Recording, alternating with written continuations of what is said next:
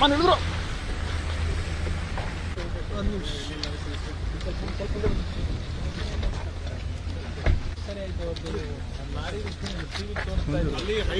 Vehicle ಬರ್ಲಿಕ್ಕಾಗದೆ ಆಮೇಲೆ lorry ಬಂದಿದ್ದು ಟಿವಿಲಿ ತೋರಿಸ್ತಾ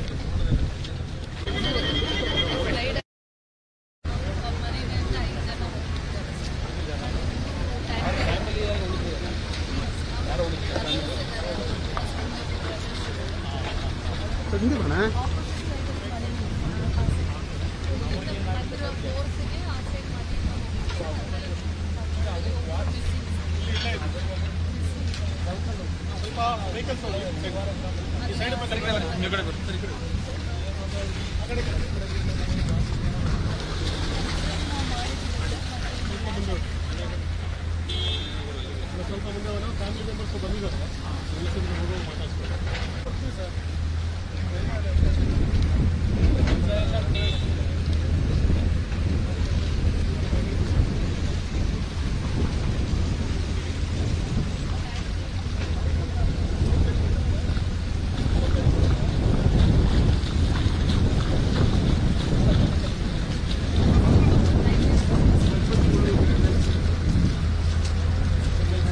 ಬರ್ಲಿ ಅಣ್ಣವ್ರು ಅಲ್ಲಿಗೆ ಬರ್ಲಿ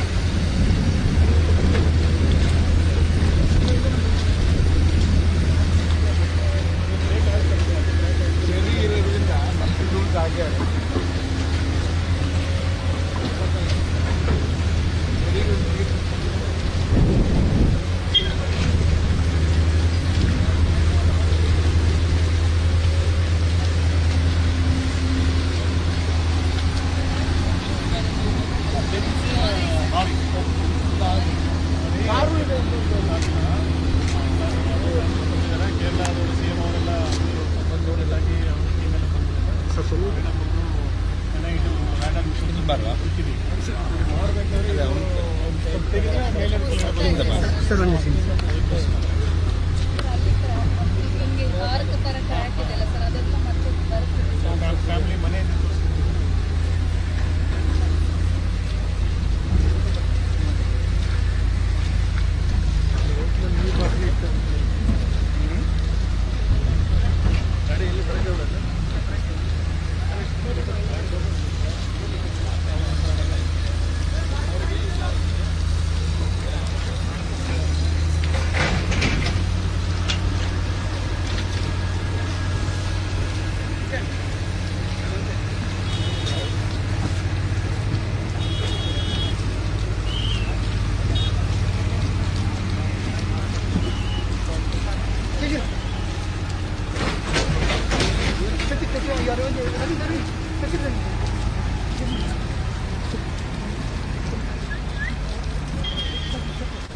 ಉತ್ತರ ಕನ್ನಡ ಜಿಲ್ಲೆಯ ಅಂಕೋಲದ ಶಿವಮೊಗ್ಗಕ್ಕೆ ಇವತ್ತು ಕೇಂದ್ರ ಸಚಿವರಾದಂತಹ ಎಚ್.ಡಿ. ಕುಮಾರಸ್ವಾಮಿ ಅವರು ಆಗಮಿಸಿದ್ದಾರೆ. ನೋಡ್ತಾ ಇರಬಹುದು, ಇವತ್ತು ಜುಲೈ 16ರಂದು ಸಂಭವಿಸಿದಂತಹ ಗುಡ್ಡ ಕುಸಿತದ ಪ್ರದೇಶಕ್ಕೆ ಕೇಂದ್ರ ಸಚಿವರಾದಂತಹ ಕುಮಾರಸ್ವಾಮಿ ಅವರು ಆಗಮಿಸಿ ಅಧಿಕಾರಿಗಳಿಂದ ಮಾಹಿತಿ ಪಡ್ಕೊಂಡರು. ಈಗಾಗಲೇ ಗುಡ್ಡ ಕುಸಿತದ ಪ್ರದೇಶವನ್ನು ವೀಕ್ಷಿಸಿದ್ದಾರೆ. ಸಂಬಂಧಪಟ್ಟ ಅಧಿಕಾರಿಗಳಿಂದ ಮಾಹಿತಿಯನ್ನು ಕೂಡ ಪಡ್ಕೊಳ್ತಾ ಇರುವಂತದ್ದು.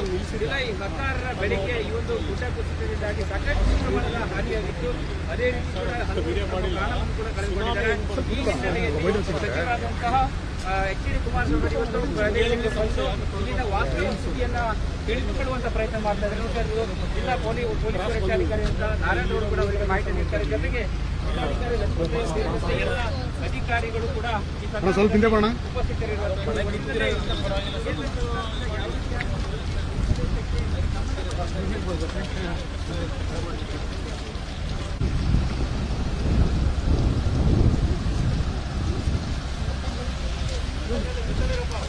ಉತ್ತರ ಕನ್ನಡ ಜಿಲ್ಲೆಯ ಗುಡ್ಡ ಕುಸಿತ ಪ್ರದೇಶಕ್ಕೆ ಇವತ್ತು ಕೇಂದ್ರ ಸಚಿವರಾದಂತಹ ಕುಮಾರಸ್ವಾಮಿ ಅವರು ಆಗಮಿಸಿದ್ದಾರೆ. ಈ ಬಗ್ಗೆ ಅವರನ್ನು ಮಾತಾಡೋಣ. ಸರ್, ಈಗ ಜುಲೈ 16 ಗುಡ್ಡ ಕುಸಿತ ಆಗಿದೆ.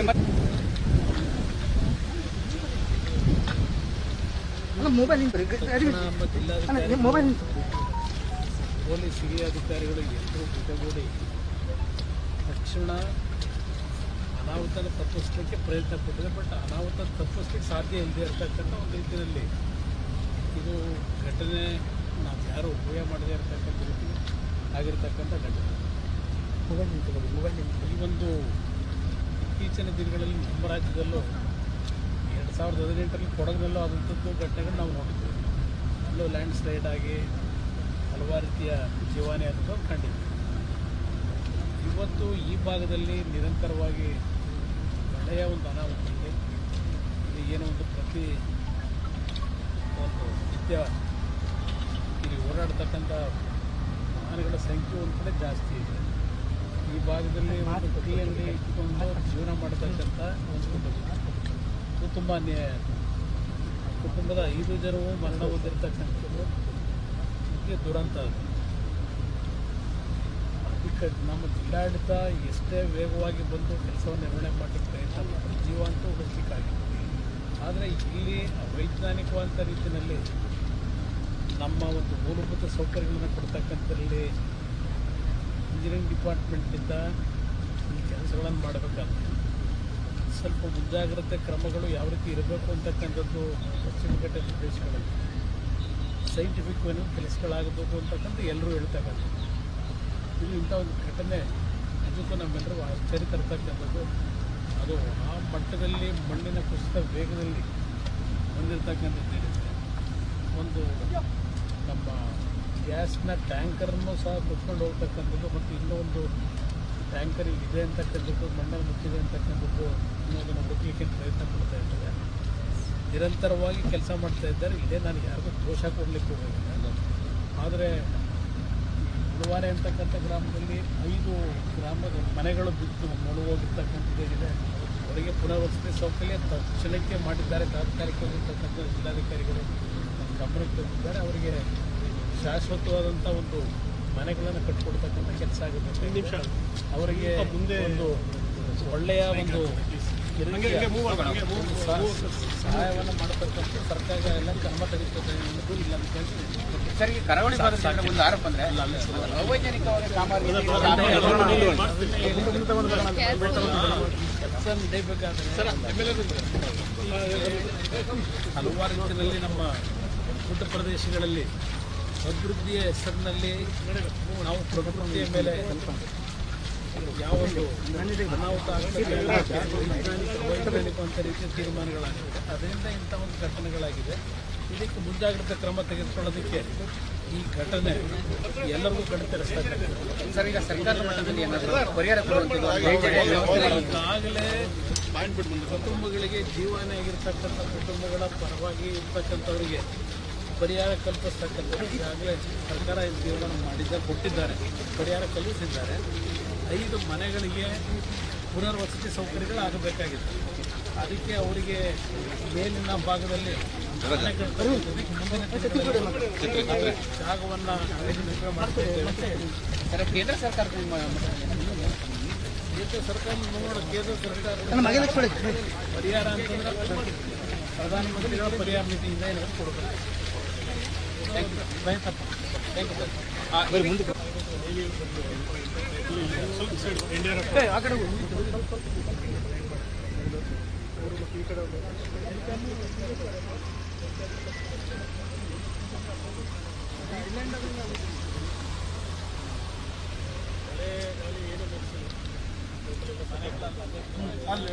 ಅದೇ ಸರ್, ಆರು ಮನೆ ಏನಿಲ್ಲ ಸರ್, ಸುತ್ತು ಅವರಿಗೆ ಒಳ್ಳೆಯದು ಸರ್.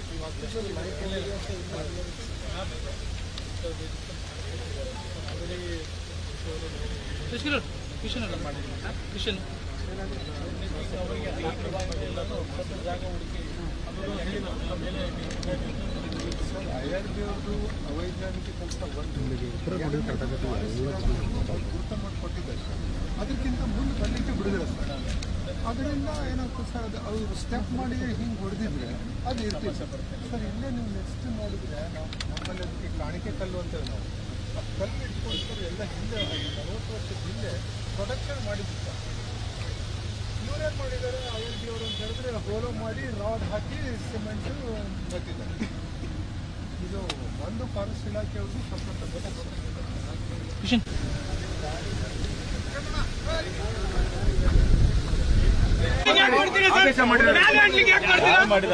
ಶೂಟಿಂಗ್ ಮಾಡ್ತಾ ಇಲ್ವಾ ಅಲ್ಲಿ ಮಾಡ್ತೀರಾ ದೂಡ್ತೀರಾ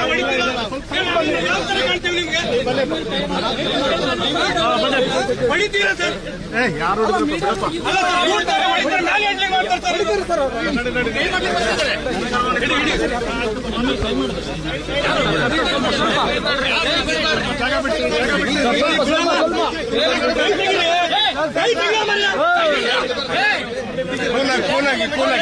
ಸಮಾಧಾನ ಸರ್ ಲೋಗೋ ಸರ್ ಛತ್ರಿ ಒಂದು ಶ್ರೀಕರ ಹಿಡೀರಿ sir. Sir Sandeep sir logo sir Sandeep sir logo Sandeep sir logo sir ಒಂದೊಂದು ನಿಮಿಷ ಸಂದೀಪ್ ಸರ್ ಎಲ್ಲಿ ಸರ್ ಎಲ್ಲಿ ಸರ್ ಲೋಗೋ ಲೋಗೋ ಕೊಡಿ ಸರ್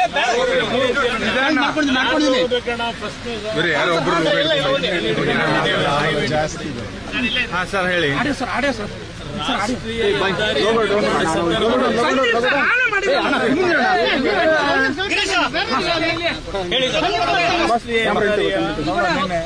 ನಿರ್ಮಾಣ ಮಾಡತಕ್ಕಂಥ ಸಂದರ್ಭದಲ್ಲಿ ಸ್ವಲ್ಪ ಮತ್ತು ರಾಷ್ಟ್ರೀಯ ಹೆದ್ದಾರಿಯ ಅವರ ಒಂದು ಕಾಮಗಾರಿಗಳಿಗೆ ಕೆಲವು ರಿಸ್ಟ್ರಿಕ್ಷನ್ಗಳು ಅರಣ್ಯ ಇಲಾಖೆಯಿಂದ ಮಾಡತಕ್ಕಂಥ ಹಿನ್ನೆಲೆ ಒಂದು ಭಾಗ ಮತ್ತು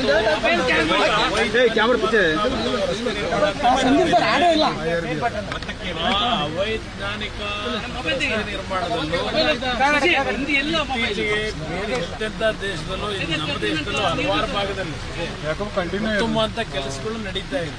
ಆದ್ರೆ ಇಲ್ಲಿ ಸ್ವಲ್ಪ ಕೆಲಸದ ಬಗ್ಗೆ ಒಂದು ನಮ್ಮ ಅರಣ್ಯ ಇಲಾಖೆಯ ಕೆಲವು ತೀರ್ಮಾನಗಳನ್ನು ಕೊಡಬೇಕಾದ್ರೂ ಸ್ವಲ್ಪ ಸಮಸ್ಯೆಗಳು ನಾವು ಕಾಣ್ತೇವೆ. ಆದ್ರೆ ಈಗ ನಾವು ಅದರ ಬಗ್ಗೆ ಟೀಕೆ ಮಾಡೋದ್ರಿಂದ ಉಪಯೋಗ ಇದೆ. ನಾವು ಇರ್ತಕ್ಕಂಥ ಒಂದು ಅನಾಹುತ ಇವತ್ತು ಇಲ್ಲಿ ಅದರಲ್ಲೂ 5 ಕುಟುಂಬದಲ್ಲಿ 5 ಜನ ಅದು ಒಂದು ಪ್ರತಿನಿತ್ಯ ಶ್ರಮಜೀವಿಗಳಾಗಿ ಆ ಒಂದು ಟೀ ಶಾಪ್ನಲ್ಲಿ ಇಟ್ಕೊಂಡು ಜೀವನ ಮಾಡ್ತಾ ಇದ್ದಂಥ ಕುಟುಂಬದ 5 ಸದಸ್ಯರು ಮರಣ ಹೊಂದಿರತಕ್ಕಂಥದ್ದು ಅತ್ಯಂತ ದಾರುಣವಾದಂಥ ಒಂದು ಘಟನೆ ಇದೆ. ಅದರ ಜೊತೆಗೆ 2-3 ದೊಡ್ಡ ಟ್ಯಾಂಕರ್ಗಳು ಆ ಒಂದು ಮಣ್ಣಿನ ಕುಸಿತ ಏನಿದೆ ಅದರಿಂದ ಆ ಒಂದು ಸ್ಪೀಡನ್ನು ನಾವು ಊಹೆ ಮಾಡಲಿಕ್ಕೂ ಆಗೋದಿಲ್ಲ. ಆ ಟ್ಯಾಂಕರ್ಗಳನ್ನು ಎಳ್ಕೊಂಡು ಹೋಗಿ ಬಿದ್ದಿರತಕ್ಕಂಥದ್ದು ಅದು ನಮ್ಮ ಭಾಗದಲ್ಲಿ ಈ ರೀತಿಯ ಒಂದು ಘಟನೆಗಳು ಇತ್ತೀಚೆಗೆ ನಡೀತಾ ಇರತಕ್ಕಂಥ ಕಾಣ್ತಾ ಇದ್ದೇವೆ. ಯಾಕಂದ್ರೆ 2018ರಲ್ಲಿ ನಾನು ಮುಖ್ಯಮಂತ್ರಿ ಇದ್ದ ಸಂದರ್ಭದಲ್ಲಿ ಕೊಡಗು ಭಾಗದಲ್ಲಿ ಹಲವಾರು ಭಾಗದಲ್ಲಿ ಕುಸಿತ ಆದಂತೆ ಕಂಡಿದ್ದೇವೆ. ಆ ಸಂದರ್ಭದಲ್ಲಿ ವಾಸ್ತವವಾಗಿ ಆ ಸಂದರ್ಭ ನಾನೆಲ್ಲ ನೋಡಿದ್ದೇನೆ. ಈಗ ಮಳೆ ಜೋರ ಬರ್ತಾ ಇದೆ. ಸ್ಲೈಡ್ ಅಧಿಕಾರಿಗಳ ಮೇಲೆ ಪೊಲೀಸ್ ಅಧಿಕಾರಿಗಳ ಮೇಲೆ ನೀವು ಕೂಗಾಡೋದಾಗುತ್ತಾ? ಇಲ್ಲ, ಅವರ ಮುಂಜಾಗ್ರತೆ ಕ್ರಮ ಅವರಿಗೆ ಜವಾಬ್ದಾರಿ ಇದೆ. ಈಗ ಸ್ಲೈಡ್ ಆಗೋ ಚಾನ್ಸ್ ಇದೆ ಅನ್ನೋದು ಮಳೆ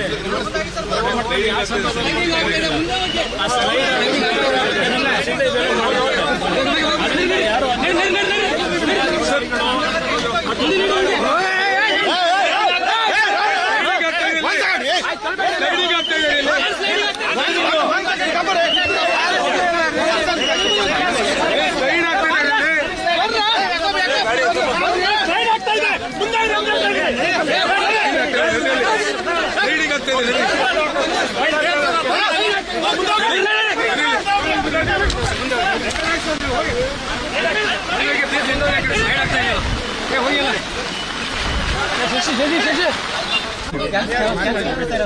ಜಗನ್ನಾಥ್ ಅಂತ ಇಲ್ಲ ಸಿಗಲ್ಲ ಸರ್. ಏನೋ ಒಂದು ರಿಪೋರ್ಟ್ ಏನೂ ಇಲ್ಲ ಸರ್. ಅಧಿಕಾರಿಗಳು ಒಂದು ಮನೆ ಭೇಟಿ ಇಲ್ಲ ಸರ್.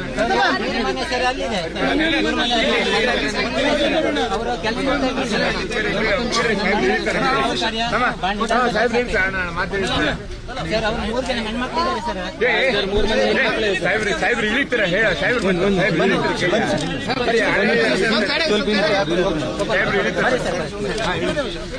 ಬೇಡ್ರಿ ಯಾಕೆ ತಲೆ ಬಿಸಿ ಮಾಡ್ಕೊಂತೀವಿ ನಾವು ಇಳಿಬೇಡ ಅಣ್ಣ ಬಾ ಇಳಿ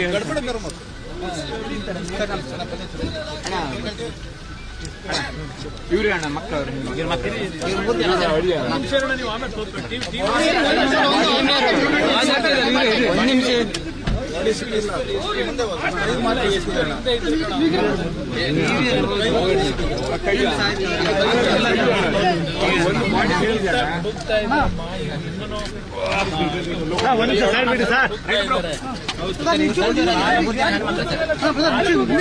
ಒಂದು ನಿಮಿಷ ಮಾತಾಡ್ತಿಲ್ವ ಅಲ್ಲಿ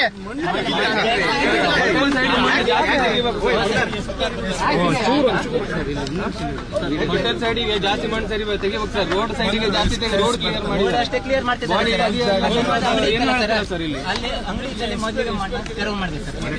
ಅಂಗಡಿ ಸೈಡ್ ಮೂರು ಜನ ಹೆಣ್ಣು ಮಕ್ಕಳು ಇವ್ರ ತಂದೆ ಆಕ್ಚುಲಿ ಕಣ್ಣೆ ಏನು ಅಂದ್ರೆ ಈ ಮಣ್ಣಲ್ಲಿ ಇರ್ಬೋದು ಅಂತ ಅವ್ರು ಹೇಳೋದು. ಆಕ್ಚುಲಿ 3 ಜನ ಹೆಣ್ಣು ಮಕ್ಕಳು ಪಾಪ ಯಾರು ಇಲ್ಲ, ಮನೇಲಿ ತಾಯಿ ಒಬ್ಬರಿದ್ದಾರೆ, ಬರ್ಲಿಕ್ಕೆ ಆಗಿಲ್ಲ ಸರ್. ಇರ್ಲಮ್ಮ ಈಗ ಇವ್ರ ಫ್ಯಾಮಿಲಿಗೆ ಇನ್ನೂ ದುಡ್ಡೇನು ಕೊಟ್ಟಿಲ್ಲ. ಯಾರು ಮನೆಗೂ ಬಾಡಿನೂ ಸಿಗಲಿಲ್ಲ ಇಮಿಡಿಯೇಟ್ ಆಗಿ ನೋಡಿ ಸರ್. ಆದಷ್ಟು ಹೋಟೆಲ್ ಸೈಡ್ ತೆಗಿಬೇಕು ಸರ್. ಓದಿದಿರಮ್ಮ ಯಾರು ಓದಿದಿರ ಸರ್ ಇವಳು ಡಿಪ್ಲೊಮಾ ಆಗಿದೆ ಸರ್. ಮಾಡಿದೀಯ ಇವಳು PUC ಆಗಿದೆ, ಇವಳು BCom ಮಾಡಿದ್ದಾಳೆ ಸರ್. BCom ಆಗಿದೆ. ಇದು ನನಗೆ ಒಂದು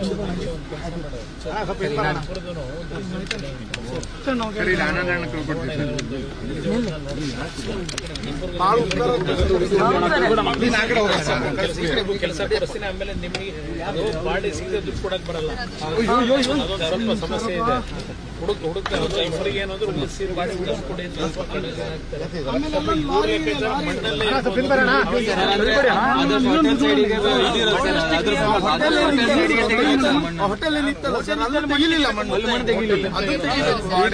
ಹೊಳೆ ಸೈಡ್ ಇರೋದೆಲ್ಲ ಅದಕ್ಕೆ ಇಬ್ಬರು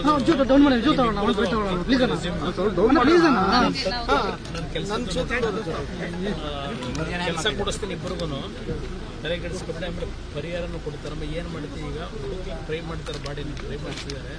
1 ದಿವಸ 2 ದಿವಸ ಆಗ್ಬೋದು ಸರ್. ಇದು ಹೋಟೆಲ್ ಸೈಡಿಗೆ ತೆಗಿಬೇಕು ಸರ್. ಹೋಟೆಲ್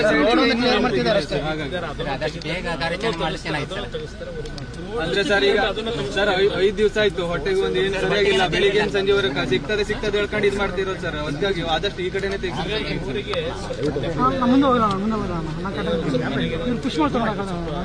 ಮನೆ ಹೋಗೋ ದಾರಿನೂ ಸರಿ ಇಲ್ಲ ಸರ್. ಆ ತರ ಮಾಡ್ಕೊಡ್ತಾರೆ. ಮಾಡ್ಕೊಡ್ತಾರಮ್ಮ. ಇಬ್ಬರಿಗೂ ಕೆಲಸ ಕೊಡಿಸ್ತೀನಿ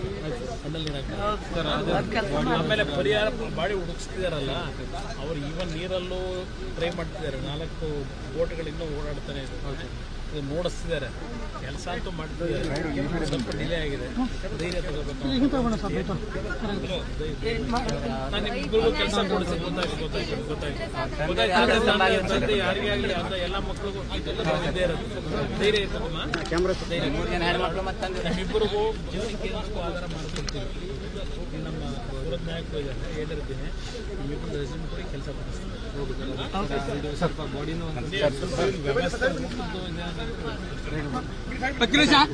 1 ನಿಮಿಷ ಚಿಚ್ಚಾಕ್ ಸರ್.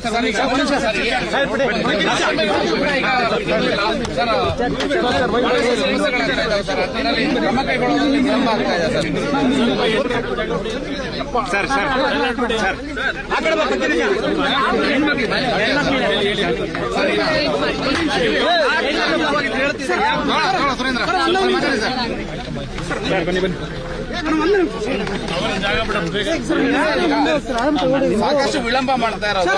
ಆಮೇಲೆ ಸರಿಯಾದ ನಾನು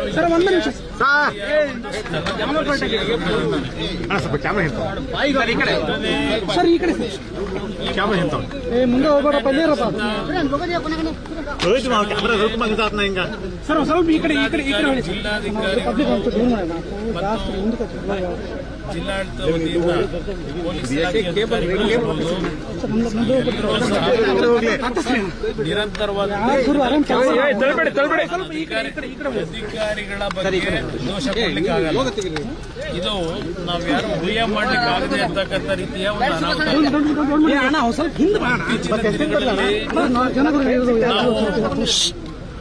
ಮೂಲಭೂತ ಸೌಕರ್ಯಗಳನ್ನು ಕಲ್ಪಿಸಬೇಕು ಅಂತ ಹೇಳಿ ಹಲವಾರು ರೀತಿಯ ರಾಜಕೀಯ ಹಿನ್ನೆಲೆಯಲ್ಲಿ ಮಾಡ್ತಕ್ಕಂಥದ್ದೇನಿದೆ ಆ ಒಂದು ಮೂಲಭೂತ ಸೌಕರ್ಯಗಳನ್ನು ಕೊಡಬೇಕಾದ್ರೆ ಕೆಲವು ಕಾರ್ಯಗಳು ನಡೀತಾ ಇರತಕ್ಕಂಥದ್ರಿಂದ ಇಂಥ ಒಂದು ಘಟನೆಗಳು ಮರುಕಳಿಸ್ತಾ ಇದ್ದಾವೆ. ನಾನು 2018 ಮುಖ್ಯಮಂತ್ರಿ ಇದ್ದಾಗ ಕೊಡಗು ಭಾಗದಲ್ಲೂ ಹಲವಾರು ರೀತಿಯ ಲ್ಯಾಂಡ್ ಸ್ಲೈಡ್ ಆಗಿ ಜೀವಹಾನಿ ಆದಂಥದ್ದು ಇವತ್ತು ನನ್ನ ನೆನಪಿನಲ್ಲಿ ಇದೆ. ಅತ್ಯಂತ ದುಃಖಕರವಾದಂತಹ ಸಂಗತಿ. ಪ್ರತಿನಿತ್ಯ ಒಂದು ಶ್ರಮಜೀವಿಗಳಾಗಿ ಕೆಲಸ ಮಾಡ್ತಾ ಇದ್ದಂತ ನಿರ್ವಹಣೆಗೆ ಇದು ಕುಟುಂಬದ ಸದಸ್ಯರು ಮರಣ ಹೊಂದಿರತಕ್ಕಂಥದ್ದು ದಾರುಣವಾದಂತಹ ಒಂದು ಘಟನೆ. ಅದ್ರ ಜೊತೆಗೆ ಇವತ್ತು 2-3 ದೊಡ್ಡ ವಾಹನಗಳ ಮಣ್ಣಿನ ಕುಸಿತದಲ್ಲಿ ಅನಾಹುತಗಳು ಇದೆಲ್ಲವನ್ನ ಕಳೆದ ಒಂದು ವಾರದಿಂದ ಏನು ಒಂದು ನಿರಂತರವಾಗಿ ಇವತ್ತು NDRFನ ಸಿಬ್ಬಂದಿಗಳಿರ್ಬೋದು, ಜಿಲ್ಲಾಡಳಿತದ ಸಿಬ್ಬಂದಿಗಳಿರ್ಬೋದು ಪ್ರಾಮಾಣಿಕವಾಗಿ ಕೆಲಸ ಮಾಡ್ತಾ ಇದ್ದಾರೆ. ಇದು ಆಗಬಾರದಂತ ಒಂದು ಘಟನೆ. ಇಲ್ಲಿ ಒಂದು ಪ್ರಶ್ನೆ, ಕೆಲವು ಇವತ್ತು ಟೀಕೆ ಮಾಡತಕ್ಕಂಥದ್ದು ಈ ಒಂದು ಕಾಮಗಾರಿಯ ಒಂದು ಅನ್ಸೈಂಟಿಫಿಕ್ ಆಗಿ ಮಾಡಿರ್ತಕ್ಕಂಥ ಹಿನ್ನೆಲೆ ಇಂಥ ಒಂದು ಘಟನೆ ನಡೆದಿದೆ. ಅದಕ್ಕೂ ಕೆಲವು ಸಮಸ್ಯೆಗಳು ಈಗ ಅದರ ಬಗ್ಗೆ ನಾನು ಚರ್ಚೆ ಮಾಡ್ಲಿಕ್ಕೆ ಹೋಗೋದಿಲ್ಲ. ಅದು ಮುಂದಿನ ದಿನಗಳಲ್ಲಿ ಸರ್ಕಾರದವರು ಯಾವ ಸಚಿವರು ಇಲ್ಲಿ ಬಂದು ಭೇಟಿ ನೀಡ್ತಿಲ್ಲ, ಮುಖ್ಯಮಂತ್ರಿಗಳು ಕೂಡ ಬಂದಿಲ್ಲ, ಸಚಿವರು ಬಂದಿದ್ದಾರೆ. ಆ ವಿಷಯದಲ್ಲಿ ಚರ್ಚೆ ಮಾಡಕ್ ಹೋಗಲ್ಲ. ಈಗ ಮುಖ್ಯಮಂತ್ರಿಗಳು ನಾಳೆ ಬರ್ತಾರೆ ಅಂತಕ್ಕಂಥದ್ದೇನೋ ಏನು ಹೇಳ್ತಾ ಇದ್ರಿ ಅಲ್ಲಿ. ನಾನು ಅದ್ರ ಬಗ್ಗೆನೂ ಟೀಕೆ ಮಾಡಿ ನಮ್ಮ ಜವಾಬ್ದಾರಿ ಇದೆ. ನಾನು ಸರ್ಕಾರ ಇವತ್ತು ರಾಜ್ಯದಲ್ಲಿ ಉತ್ತಮವಾದ ರೀತಿಯಲ್ಲಿ ನಾವು ನಿರೀಕ್ಷೆ ಮಾಡದೇ ಇರತಕ್ಕಂಥದಕ್ಕೂ ಹೆಚ್ಚಿನ ಮಳೆ ಆಗೋಗಿದೆ. ಜಲಾಶಯಗಳು ತುಂಬಿ ಸರ್ಕಾರಕ್ಕೂ ಎಲ್ಲ ಒಂದು ಕಡೆ ಈಗ ಅವ್ರಿಗೂ ಅನುಕೂಲಗಳಾಗಿದೆ. ಸರ್ಕಾರ ಇವತ್ತು ನಗಪಾಟ್ಲಿಗೆ ಈಡಾಗ್ತಕ್ಕಂಥ ಒಂದು ಸನ್ನಿವೇಶಗಳನ್ನು ತಪ್ಪಿಸ್ಕೊಂಡಿದ್ದಾರೆ. ಆದರೆ ಈ ಒಂದು ಮಳೆಯ ಒಂದು ದೊಡ್ಡ ಮಟ್ಟದ ಏನು ಒಂದು ಹಿನ್ನೆಲೆ ಇವತ್ತು ರಾಜ್ಯದ ಹಲವಾರು ಪ್ರದೇಶಗಳಲ್ಲಿ ಮನೆಗಳು ಕುಸಿತ ಆಗಿದೆ, ದನಕರುಗಳ ಸಾವಿದೆ, ಜೀವಹಾನಿಯಾಗಿದೆ. ಅದಷ್ಟೇ ಅಲ್ಲ, ಸರ್ಕಾರದ ರಸ್ತೆಗಳು, ವಿದ್ಯುತ್ ಶಕ್ತಿ ಇಲಾಖೆಯಲ್ಲಿರ್ತಕ್ಕಂಥ ಹಲವಾರು ರೀತಿಯ ಒಂದು ಅನಾಹುತಗಳಾಗಿರ್ತಕ್ಕಂಥದ್ದು ಇದೆಲ್ಲಾನು ಕಾಣ್ತಾ ಇದ್ದೇವೆ. ಇಲ್ಲಿ ನನ್ನ ಪ್ರಶ್ನೆ, ರೈತರು ಬೆಳೆದಂಥ ಬೆಳೆಗೂ ದೊಡ್ಡ ಮಟ್ಟದಲ್ಲಿ ಅನಾಹುತಗಳಾಗಿದೆ. ಇವತ್ತು ತೋಟಗಾರಿಕೆ ಬೆಳೆ ಇರಬಹುದು, ಇವತ್ತು ಹಲವಾರು ರೀತಿಯಲ್ಲಿ ಕೃಷಿಯ ಒಂದು ಸಂಬಂಧದಲ್ಲೂ ಬದುಕ್ತಕ್ಕಂಥ ಜನರ ಬದುಕಿನ ಮೇಲೂ ಪೆಟ್ಟು ಬಿದ್ದಿದೆ. ಇವತ್ತು ಸರ್ಕಾರ ತಕ್ಷಣ ಕ್ರಮ ತೆಗೆದುಕೊಂಡು ಇರ್ಬೋದು, ಚಿಕ್ಕಮಗಳೂರು ಭಾಗ ಇರ್ಬೋದು, ಹಾಸನ ಜಿಲ್ಲೆ ಇರ್ಬೋದು, ದಕ್ಷಿಣ ಕನ್ನಡದಲ್ಲಿ ಮಂಗಳೂರಿನಲ್ಲೂ ಸಹ ಇವತ್ತು ಹಲವಾರು ಮನೆಗಳಿಗೆ ನೀರು ನುಗ್ಗಿ ಮನೆಯಲ್ಲಿ ಇರ್ಲಿಕ್ಕೆ ಆಗದೇ ಇರತಕ್ಕಂಥ ಪರಿಸ್ಥಿತಿಗಳಿದೆ ಅಂತಕ್ಕಂಥದ್ದು ಸಹ ನೀವು ವರದಿ ನೀಡ್ತಾ ಇದ್ದೀರಿ. ಮಾಧ್ಯಮಗಳಲ್ಲಿ ಬರ್ತಾ ಇರತಕ್ಕಂಥ ವರದಿಗಳ ಆಧಾರದ ಮೇಲಾದರೂ ಬರೀ ವಿಡಿಯೋ ಕಾನ್ಫರೆನ್ಸ್ ಮಾಡಿದ್ರೆ ಆಗಲ್ಲ. ನಾನು ಸರ್ಕಾರಕ್ಕೆ ಸ್ಥಳ ಪರಿಶೀಲನೆ ಏನು ಸಮಸ್ಯೆಗಳಿರ್ತದೆ ಆ ಸಮಸ್ಯೆ ಪರಿಹಾರಗಳನ್ನು ಯಾವ ರೀತಿ ಕೊಡಬೇಕು ಅಂತಕ್ಕಂಥ ಸಲಹೆಗಳನ್ನು ಜಿಲ್ಲಾಡಳಿತಕ್ಕೆ ನೀಡಬೇಕಾಗ್ತದೆ. ವಿಡಿಯೋ ಕಾನ್ಫರೆನ್ಸ್ ಮುಖಾಂತರ ಹೇಳಿದ ತಕ್ಷಣ PD ಹಾಕೊಂಡು ದುಡ್ಡು ಇದ್ದೀನಿ ಅಂದ ತಕ್ಷಣ ಇವತ್ತು ಜನರಿಗೆ ಒಂದು ಆತ್ಮಸ್ಥೈರ್ಯ ತುಂಬಲಿಕ್ಕಾಗಲ್ಲ.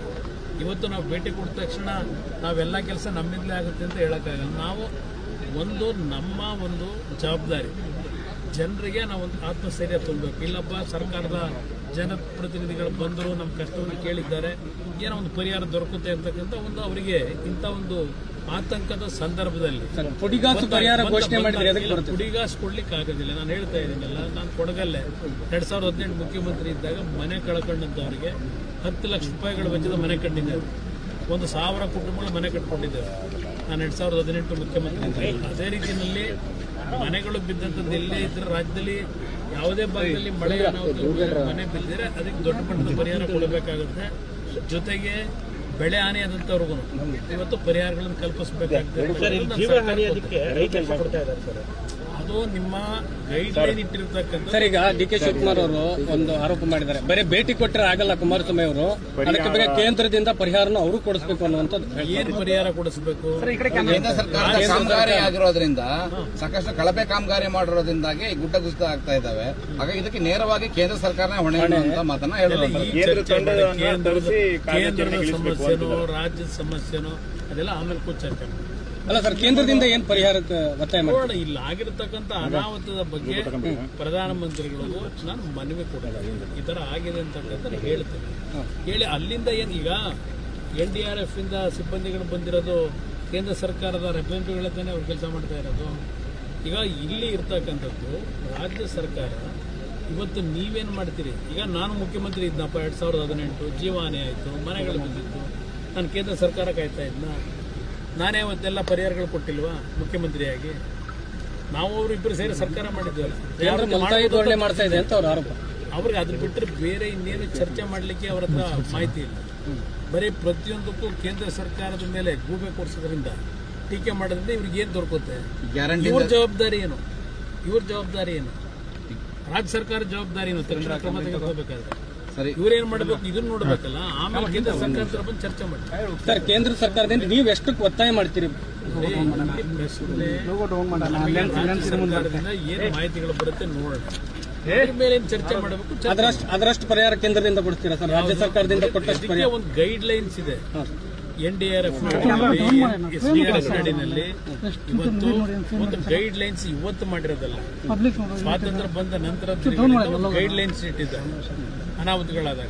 ಆ ಗೈಡ್ ಲೈನ್ಸ್ ಆಧಾರದ ಮೇಲೆ ಮಾಡ್ತಾರೆ. ಈ ಹೆದ್ದಾರಿ ಅವೈಜ್ಞಾನಿಕ ಕಾಮಗಾರಿಯಿಂದಾನೇ ಇದು ಘಟನೆ ಆಗಿದೆ ಸರ್. ಇದು ಬೇರೆ ಬೇರೆ ಕಡೆ ಆಗುವಂತ ಸಾಧ್ಯತೆ ಇದೆ.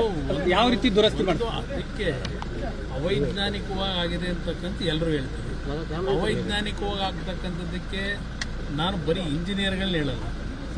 ಅರಣ್ಯ ಇಲಾಖೆಯಲ್ಲಿ ಹಲವಾರು ಕಾನೂನುಗಳನ್ನು ತಂದು ಅರಣ್ಯ ಇಲಾಖೆಯಲ್ಲಿ ಇಂಥ ಒಂದು ಪಶ್ಚಿಮ ಘಟ್ಟಗಳ ಪ್ರದೇಶಗಳಲ್ಲಿ ಫಾರೆಸ್ಟ್ ಕೆಲಸಗಳಾಗಬೇಕಾದ್ರೆ ಅವ್ರದೇ ಆದಂಥ ಒಂದು ಬಾರ್ಗಳನ್ನ ಹಾಕ್ತಾರೆ. ಇಂತಿಂಥ ನಿಯಮಾವಳಿ ಮೇಲೆ ಕೆಲಸ ಮಾಡಬೇಕು ಅಂತೇಳಿ ಅರಣ್ಯ ಇಲಾಖೆಯವರು ಹಾಕ್ತಾರೆ. ಅದರಿಂದ ಇಂಥ ಒಂದು ಘಟನೆಗಳಿಗೆ ಆ ರೀತಿಯ ಅವರ ಒಂದು ಏನೋ ಒಂದು ತೀರ್ಮಾನಗಳು ಮಾಡ್ತಾರೆ ಕೆಲಸಗಳು ಮಾಡಬೇಕಾದ್ರೆ ಅವರಿಂದಲೂ ಕೆಲವು ತಪ್ಪುಗಳಾಗಿದೆ ಅರಣ್ಯ ಇಲಾಖೆಯಿಂದ. ಅದೆಲ್ಲ ಸರಿಪಡಿಸಬೇಕು ಅನ್ನೋದನ್ನು ಗಮನಿಸ್ತಾರೆ. ಸರ್, ಇದು ಬಿಟ್ಟು ರಾಜಕೀಯವಾಗಿ ಇವತ್ತು ಡಿ.ಕೆ. ಶಿವಕುಮಾರ್ ಚನ್ನಪಟ್ಟಣದಲ್ಲಿ ಮೀಟಿಂಗ್ ಮಾಡಿ ನಿಮ್ಮ ವಿರುದ್ಧ